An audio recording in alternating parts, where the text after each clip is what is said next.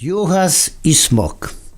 Гин в Карпатах, де шумят густі ліси, високі трави поростають полонина, пас учи молодий Югас. Як кожний пастух любив пити молоко і їсти бринджу. Младенець був сприсний, як єлень, і міцний, як лев. Ходив босий по рощі, бавився вітром і весело собі співав. Не дивне, що всі Югаси хотіли бути такі, як він.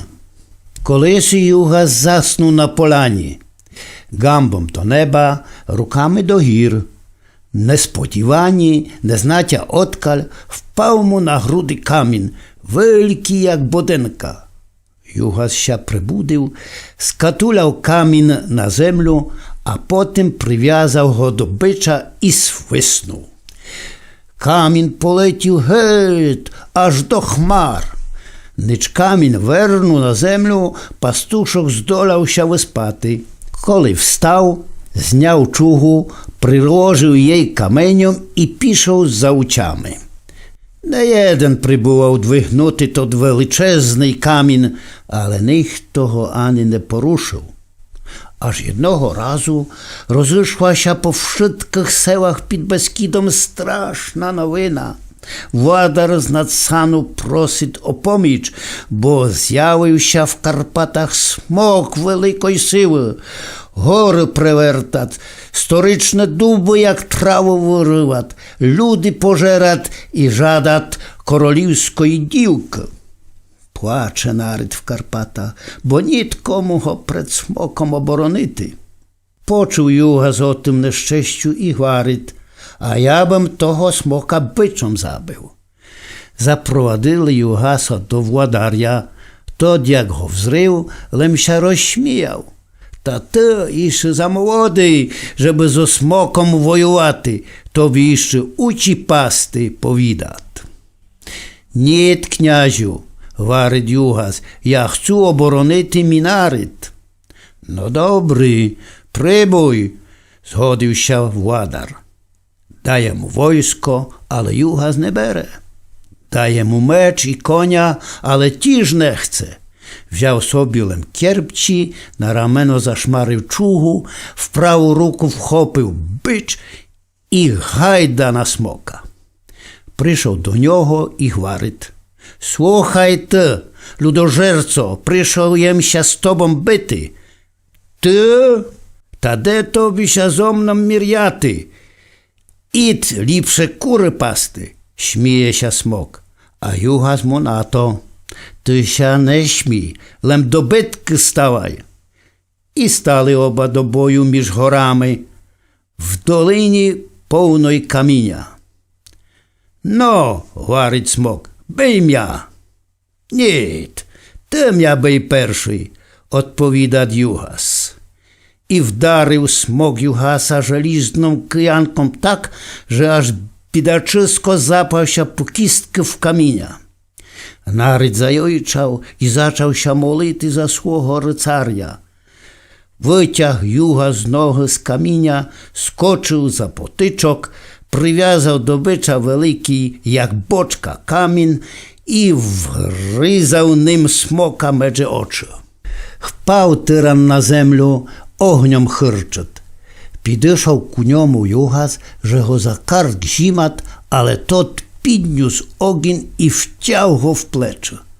Запався Югас в каміння аж по коліна, вийти не може. Страшилися люди, що смок Югаса переможе. Але й тим разом порадився Шугай з купом каміння. Одійшов за потик, взяв камінь великий, як стаєнка, і шмарив ним до смока. Задудніло. Впав смочисько на землю, як довгий. Пішов пастушок справдити, це іще дихат, а тот зас го вдарив. Запався Югас в землю пониз, аж загучали ліси. Не мігся сам висвободити, лем народ му поміг. Одвалили люди камені від скали. Вийшов Югас на гору, підніс камінь, як хижа великий, і шмарив ним до смока. Аж ся земля затрясła i грим горами пішов. Розорвало потвора на стрямб. Po żbyrach, potokach zapachło sirką. Naród oddychnął z polegotą i z radości zaśpiwał. Zaszumiły lisy, zaczerczali potoki, radujący się z ludźmi z peremogi Juhasa nad smokom. Wyzwolona korolівна wynесła Juhasowi wina z polowej róży i powiązała mu ruki szałkową chustoczką, że bude mu żeną. I skoro wyprawił kniaź szumne wesila, wszystkie ludy się na nim gostyli, a Juhasy z byczów strzelali, aż się z iskry po горах sypali.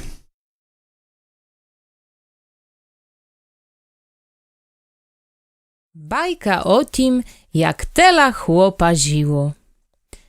Było to tak dawno, że ani stary ludzie toho nie pamiętają. Żył sobie w jednym seli gazda, który bardzo lubił słodkie mołoko. A że mał paru korów, to i mołoka było pić dostatkom, pił po kilka litor denno. Tak lubił to mołoko, że nie mógł się bez niego nijak obejty. Pił go skryto, jak nikt to nie widział, nawet wtedy, kiedy był wielki pist i kiedy ludzie postyli od mołoka, czy to była Filipiłka, czy Petriłka. No i nic dziwnego, że od toho mołoka brich mu ris 100 razy większy. Jego żena bardzo była nerada na toto i często mu wychwariała. Ta przestałbyś już raz tylo chleptaty toho mołoka, bo bryszysko ty rosnę, jakbyś był tiówny, jeszcze dakoli tela wrodysz. Je tam, głupoty pletesz. Kto widział, żeby się chłop otelił, odpowiedział gazda. A budesz widział, że do toho dojdę, jak nie perestanesz, powidat dalej swoje baba. A chłop dalej sobie mołoko popywać. No, Masia rozumity, że od toho nie chudne, lemsia robić 100 razy grubszy, aż go to samego zaniepokoiło. Kto znaje, co z toho może być? Może stara prawdu besiduje, że jem tiówny. Rozdumuje chłopysko i maciać się po brysi. Raz pizną osinią chłop wybrał się na jarmak, a że na jarmak było daleko, to wyszł z chyży na den skorsze. Tak iszł sobie nasz gazda nie bardzo skoro, bo brich mu ciażył. Iszł drogą przez seła, pola, aż zaszł do wielkiego lisa. Idę sobie lisem, aż widzieć, że koło ścieżki leżać skirni i to ciłkom dobry. Je, kto si stratył? Wozmu, przydadуть się, podumał z wtichą chłopysko.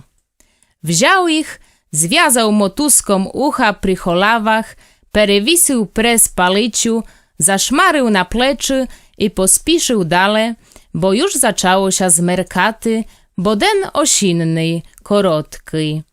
Jak wyszł z lisa, to już zrobiło się temno i chłodno. Jakosy po temry dziszał do seła. Zaszł do pierwszej z kraja chyży, gdzie świeciło się, i poprosił gazdił o nyczlich. A że trafił na dobrych ludzi, to go przyniali, dali poweczeriaty i postelili za pecą na sołomie, żeby miał tepło, bo na dwori była studzień. Po wieczeri chłop wychwarił oczenasz, szmarył koło sebe torbu i najdeny w lisie skirni. Prykrył się czuchom, ta skoro zasnął zmordowany drogą. Zas gazda z gazdynią piszli do stajni za zrity na korowu, bo mała się telity. Desy po północy korowa się oteliła i już telatko dobry wylizała, a gazda zaniósł go do chyży, bo w stajni nie było najteplejsze. położył go za pec pobić naszego brichatogo chłopa, żeby w tepli obischło. A że tot spał jak zabity, to nicz nie czuł, što się koło neho dzieje. Obudził się nasz chłopysko w czas rano, proter oczy smotryt i aż go zatriasło. Koło neho na sołomie leży maleńkie tarkaste telatko. Perestraszył się bars. Joj, to ja w nocy tela wrodył, podumał. Ale jak to się stało, że jem ani nie poczuł? To pewno za to, że jem był zmuczony i twardo spał. Prawdu moja stara besidowała, że od toho mołoka budu ciówny, a ja durak jej nie słuchał. Aj, Boże, Boże, dobry choć to, pociszał się, że jem się doma nie otelił, bo by był śmich na ciłe seło. Trzeba wtikaty, kole jeszcze gazdowe nie postawali. A gazdowe spali micno, bo pizno piszli spaty. Chłop zorwał się z lichowiska, w pośpichu wchopił do róg torbu, czuchu i kierpci z onuczami, potychy otworzył drzwi i pognał, aż się za nim kuryło. Obuł się aż za sełom, a o skirniach najdenych w lisi czysto zabył. Koli gazdynia i gazda postawali, to zaraz zauważyli, że ich gościa za pecą już neje. Gwarit gazda, pewno się spiszył, a nie chciał nas budyty. Oj, smodle stara, win nam skirni lyszył i to ciłkom dobry. Pewno zanyczlich, może budut dobry na menę. Chciał primiriaty, ale noga nie wchodyt. Smotryt do seredyny w cholawy, a tam sud jeszcze ludzkie nogi. A to było tak. Jakysy wandrівник ішов през ліс, напали го вовки і зожерли чого, лем ноги в скірнях з нього остали. А тот брехатий хлоп їх нашов, взяв за собом. No, gazda i gazdynia o tym nie znali. Bardzo ich tot widok perestraszył. Widzisz, stara, što sme narobili? Jojknął gazda. Wnesli sme do chyżu to totela, położyli koło gościa, żeby obischło, a ono proklate, jak sme spali, chłopa ziło. Lem skirni i goleni w nich ostali. Bodaj by ono zdochło, zakończył gazda.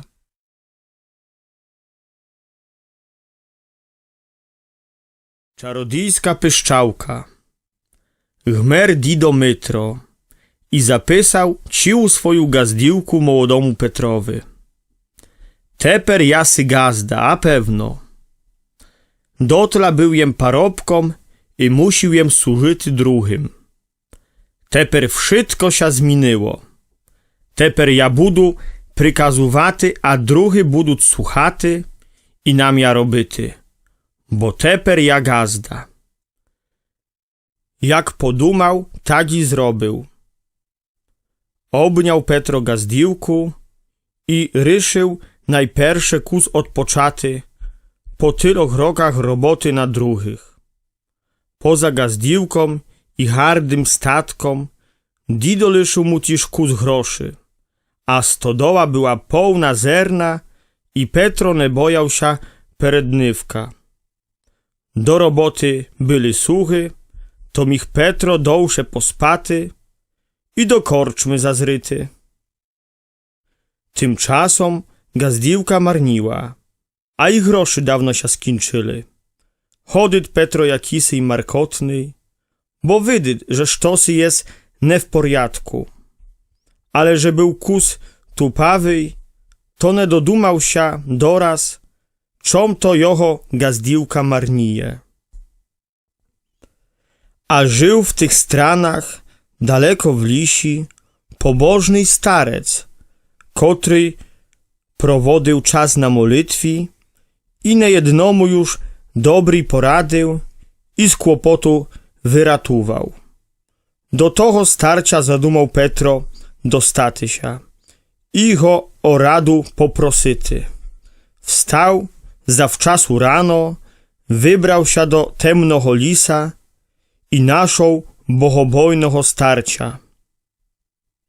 Starec przywitał Petra serdecznie, a koli tot powił mu, jaka przyczyna przyprowadziła go ku niomu, nałożył wielkie okulary, otworzył grubą knihu, poczytał paru striczok i powił: jest sposób dla tebe.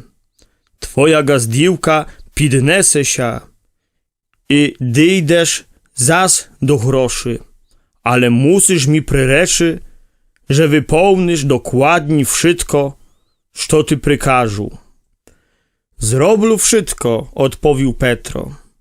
Starec zniał okulary, pogładył swoją sywą borodu i gwaryt. Na kraju lisa, nad potoką, rosne czarodziejska werba. Wertajuczy do seła, wyrisz jedną hołuz i wystruchaj z tej hołuzy piszczałku.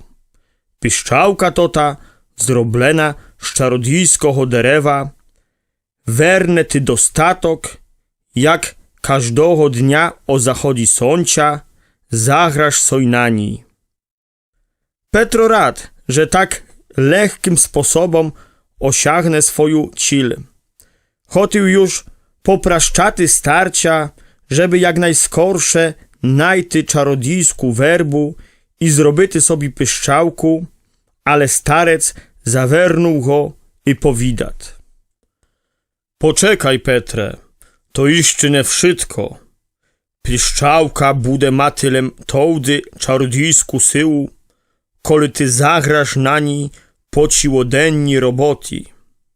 Koli wieczerom nie budesz mi z czystym sumieniem powisty, żeś robił tylko kilko sył starczyło, żeś nie zmarnował ani czasu i żeś nie wydał ani grosza na niepotrzebne rzeczy, to lepsze nie ber piszczałki, bo wtedy jej syła bude diaty w przeciwną stronę i sprowadzi na tia jeszcze większe nieszczęścia.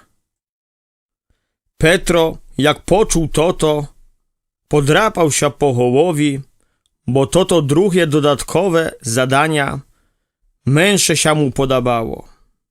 Ale ochota wypróbowaty syłu czarodziejskiej piszczałki peremogła i Petro przyrósł starciowy wypełniaty dokładnie wszystkie nakazy. Pamiętaj, żtom ty gwarył, powił poważny starec i po 3 rokach zazryj zas do menę, bo rad bym znaty, jak się ty bude weło. Petro podziakował starciowy i polecił, że sył przez lis. Na kraju wzrył czarodziejską werbu. Pamiętajuczy słowa starcia, odrizał sobie jedną hołuz i wernął do seła. W chyży wystruchał sy z werbyny gardu piszczałku, taku jak małkoli był jeszcze małym i pas statok swojego niania. Schował piszczałku do skryni i liuch spaty. Następnego dnia wstał ku skorsze jak zwykło, bo wygnała go z posteli myśl o czarodziejskiej piszczałci, o wymogach, od jakich zależy jej czarodziejskie dijania. Zabrał się zaraz do roboty. Czas do południa pereszał mu skoro i połudenok smakował lepsze, jak kolny but peredom. No, chyba lchneska dozjem się narobił, gwarył sam do sebe. Po połudenku na korotko zazrył do korczmy. Tam posiedział paru godzin, bo trzeba było pobesidowaty z korczmarią o polityci i jany siany z posterich, jak już słońce chyliło się ku zachodowi. Przypomniał sobie o piszczałci i wernął do chyży. Ale koli otworzył skryniu, żeby distaty piszczałku, przyszły mu na myśl słowa starcia. Piszczałka bude maty swoją sył, lem tołdy, koli zagrasz na ni po ciłodenni, porjadni roboty. Inaksze może ona sprowadyty na tia nieszczęścia. Ni musił się przyznaty, nie możu gneska zagraty na piszczałci, bom zmarnuwał pół dnia w korczmi zamiast w roboty, a w dodatku jeszcze zrobił jem niepotrzebny wydatek na palunku. Zaper, adże z żalą, skryniu i postanowił sobie silno, że od zarany bude dokładnie wypełniał wszystkie nakazy starcia. Ale następnego dnia nie išło mu z tą robotą jakosy tak, jak sobie postanowił i zas nie mógł wieczerom zagraty na piszczałci. Na koniec, na trzeci dzień powił sobie twardo: tak dalsze byty nie może. Mam czarodziejską piszczałku i nie możu skorzystać z jej czarodziejskiej siły. Jak tak dalsze bude, piszczałka stratyć swoją mic, aboż to jeszcze płańsze, sprowadyć na mia nowe nieszczęścia. Tym razem wytrzymał cały dzień i robił w pole i w zagorodi, doglądał stajni i statku, domu i stodoły. O zachodzie słońca był tak zmuczony, że ledwo trzymał się na nogach. Ale był rad zo sebe, a przede wszystkim cieszył się, że na koniec może zagraty na czarodziejskiej piszczałci. Otworzył skryniu, wyjął piszczałku i zagrał na niej śpiewanku, znaną jeszcze z ditoczych rokił. O jaki miły głos mała piszczałka, ciłką taki sam, jak tota, na kotry pyskał przy korowach, jako mały chłopec. Gneska był rad i z sebe, i z piszczałky. Pewni teper zacznę diaty jej czudesna syła, podumał, chowajuczy piszczałku do skryni. Od toho czasu już leksze išło mu z robotą. To pewni wpływ czudesnej piszczałky, dumał. Po jakimś czasie sąsiedzi sposteregli, że w Petry zaszła jakaś zmiana. Widzieli, jak robił ciłyma dniami, nie chodził do korczmy i powilni dowodził swoją gazdiłku do dawnego dobrobytu i porядku. Jednego lem nie mogli sąsiedzi poniaty. Czom to Petro po zachodzie słońca grad na piszczałci? Ciłką tak jak chłopci, kotry pasуть statok na tołoci. Takie precia gazdi nie pasuje. Nicz minuli 3 roky, Petro nelem doprowadził gazdiłku do dawnego stanu, ale iść zwiększał jej, bo dokupił paru morgił lisa, przylichajuczego do jego gruntu. O korczmi zabył ciłką.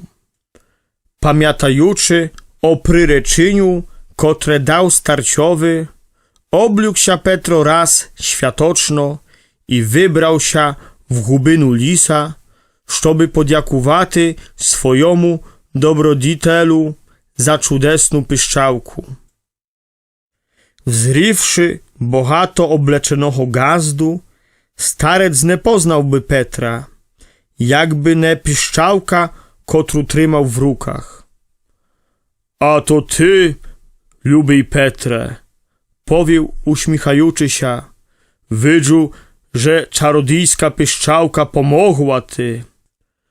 Oj tak, ona bardzo mi pomogła. Teper mam się zas dobry, aż i dokupił jem paru morgił lisa. A na piszczałci grasz jeszcze? Hej, odpowiedział Petro, gram na niż to wieczer, bo preci lem i zawdziaczam wszystko.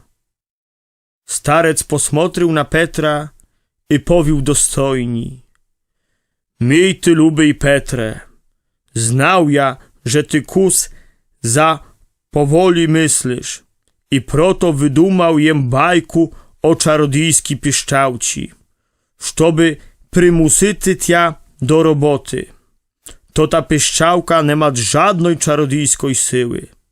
Syła to ta była w twoim ciężkim trudi i oszczędności. Robotą dźwignął je z gazdiłku, a oszczędnością dał je fundament do dobrobytu. Rob tak i w buduczności, a budesz szczęśliwy i wesoły.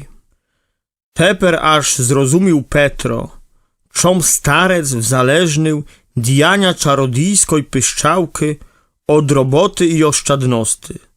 Serdecznie podziękował starciowi i wernął do seła. Do śmierci był robitnym i oszczędnym i żył wesoło i szczęśliwo. Nieraz opowiadał znajomym o starcy i czarodziejskiej piszczałci, kotra zrobiła z niego porjadnego gazdu.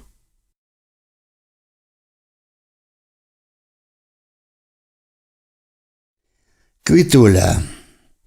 Kwitula już od te lata była zepsuta, bo baba ją tak rozpestyli, że choć była dorosłą korową, chciała lepsze żerty od drugiego statku. A musíte znati, że nie zjemlem samą Kwitulu, ale tuzin ogonił rozmaitej wielkości. Baba już dawno obdowili i zapisali ci u gazdyłku momu nianiowi. Spizmasi wymówili si, że dokle żyją, jeden ogień stajny, na który wskażą palcem, bude ich własnością. Tym sposobem wybrali si Kwitulu jeszcze telatkom i bardzo jej o wszystkim dochadzali. Baba nie była już zobowiązana do żadnej roboty i czy to z nudy, czy z przyzwyczajenia, wszystko si smaczne w widerku do stajni nosili i przedstawiali Kwituli pod mordu. Nianio z mamą смотрели na to dziwactwo baby przez palci, no bo mołoko od niej i tak išło do spilnego horcia, z którego korzystała cała rodzina. Lemia pastuch był na tym najbardziej pokrzywdzony, bo Kwitula lasa na dobre żercia hordziła zwyczajnym lisowym paswiskom i strasznie litała do cudzej szkody. Wystarczyło lem chwila nieuwagi, a moja Kwitula już się pakowała po brych do daczyjego wiusa i koniczu. Maliem proto nieraz wielki kłopit, bo zaklajem jej naszą, to da kotrych sąsiad już zagnał jej do swojej stajni, no i potem wiadomo, nianio musieli sąsiada przepraszati, a i w jakiś sposób to wynagroditi. Wieczerom nelem słuchał ich ostro kazania, jaki to z mnie kiepski pastuch, ale i terpił swoim grzesznym tiłom od ich twardej ruki. Naiwnym dzieciaczym molitwą prosil Boha, żeby Kwitulu na śmierć zduło w cudzym koniczy, żeby trysła jak wielki smok. Ale Kwituli dalej nic nie było, ilem smotriła kiedyś się obertam, żeby propasti jak zły duch. Czasem skorciło nia listy na sosnu, porochułaty soroczata albo worniata w nizi, czasem zabawiłem się maciczkim zajaczykom albo kolaczym iżom, a moją Kwitulu już fraz desy wziął. Przywiązywał mi dzwonok i znate co? Nic nie pomagało. Znała zaraza tak chytro odejty od statku, što nižem się sposterił, to się nim zalękała daleko pід лісом в чужих карпелях. Але як швидкому приходить конець, так і на літаву Квітулю прийшов час. Została jawowa, przestała się doity, wypasła się jak swinia i myrczała przy żołobie jak dajakie byczysko. W kotrysy jarmaczny den przywiązali Kwitulu do woza i prodali na miasto, a mi kupili garde ubrania na Великден. Był to na pewno najbardziej szczęśliwy den w moim dzieciństwie.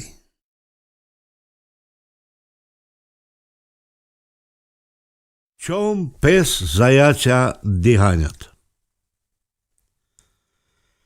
Було то барс давно тому. Пес з заяцем барща колегували. Разом іли, разом пили, разом od студенища охороняли. Часто гріли ща коло огня, як пастухи з поля уці позганяли. Пес пильнував, заяча гріл, потім ща міняли. Але раз, як пес міцно заспав коло огня, заяць не дозерав го, лем пішов се скубати озимину.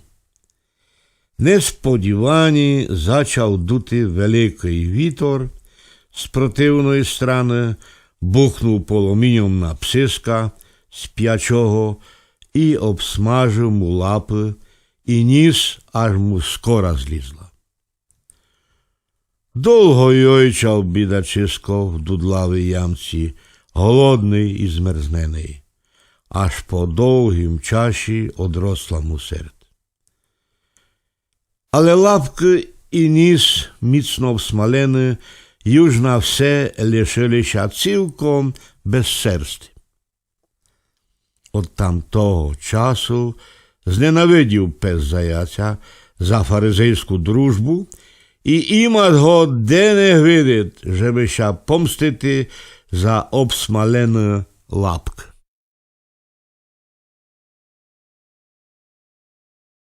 До чого довела заздрість?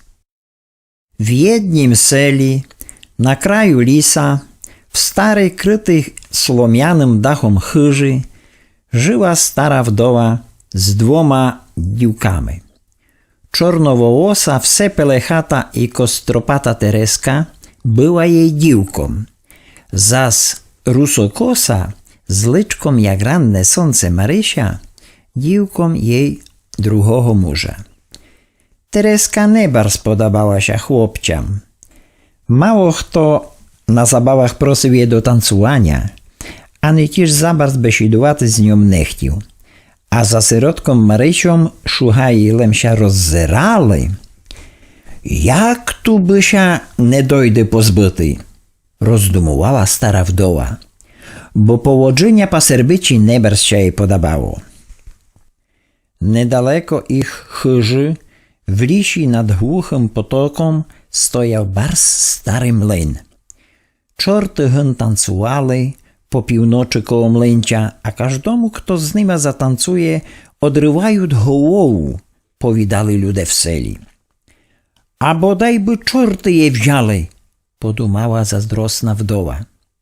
Nasypała zerna i wyprawiła Marysiu bardzo późnym wieczorem do strasznego mlyna. Lem bez muki mi nie wertaj, nakazała maczocha, wruczając dziwci miszok. I tak piszła biedna syrota temnym lisom przydbaty dla rodziny muku. Jest tu kto? Żwidała się, ale odpowiła jej tysza. Marysia skresała ogień, przy świetle lampy wzryła dokoła pełno pałczyny, jakby od dawna nikogo heł nie było. Nicz nasypała zerna i pustyła mlynec, naszła leżaczu na zemli szczytku i kuściok oporiadyła przy mlyncy. Hurr, hurr, tołcze koleso i syple się muka, a sama jak palec dziwka przy mlynskich kamieniach aż drymle. Frrr i hry, jak nie zrobić się szum, za nim dyki hriałk. Z-pід землі виросли перед Марисем 4 чорти. Взялися під боки і давай відправляти дикий танець. Млин аж гучить від чортівського скакання. Люди правду бесідували. Видно, настала північ, подумала собі в душі бідна сирота.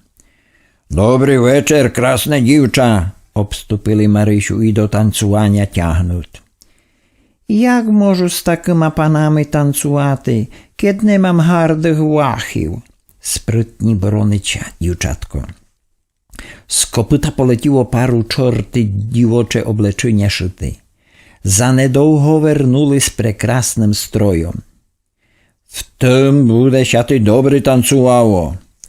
Сукня мінича блищачим мигдалом, вінець срібром увитих груш, а в коралях приливача блеск діаментів.